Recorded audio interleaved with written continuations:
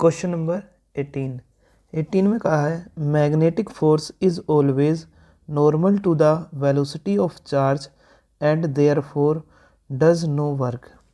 क्या होगा? मान लीजिए आपके पास एक मैग्नेटिक फील्ड है,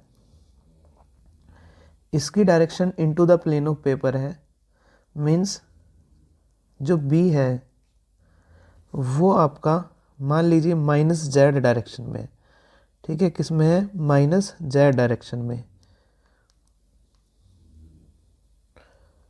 अब आपने एक पार्टिकल लिया, मान लीजिए कोई चार्ज पार्टिकल है, उसको v वेलोसिटी से इस डायरेक्शन में मूव कराया, मतलब जो वेलोसिटी है v वो किस डायरेक्शन में है?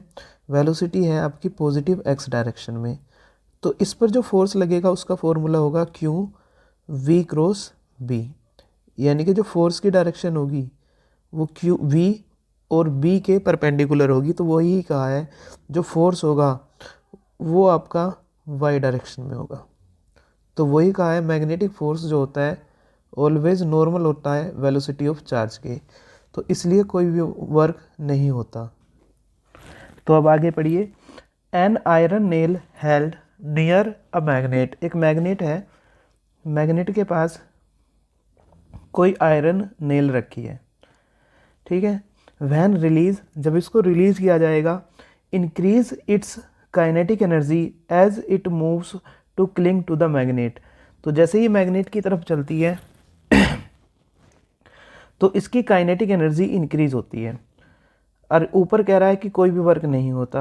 What agency is responsible for this increase in kinetic energy if not the magnetic field.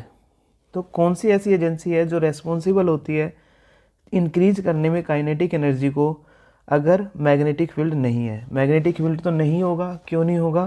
क्योंकि does not work, magnetic field कोई भी वर्क नहीं करता। तो इसका रीज़न क्या होता है? जो आपके पास पोटेंशियल एनर्जी है वो इसका रीज़न होती है कि सारी की सारी पोटेंशियल एनर्जी कन्वर्ट हो जाती है किसमें? काइनेटिक एनर्जी में।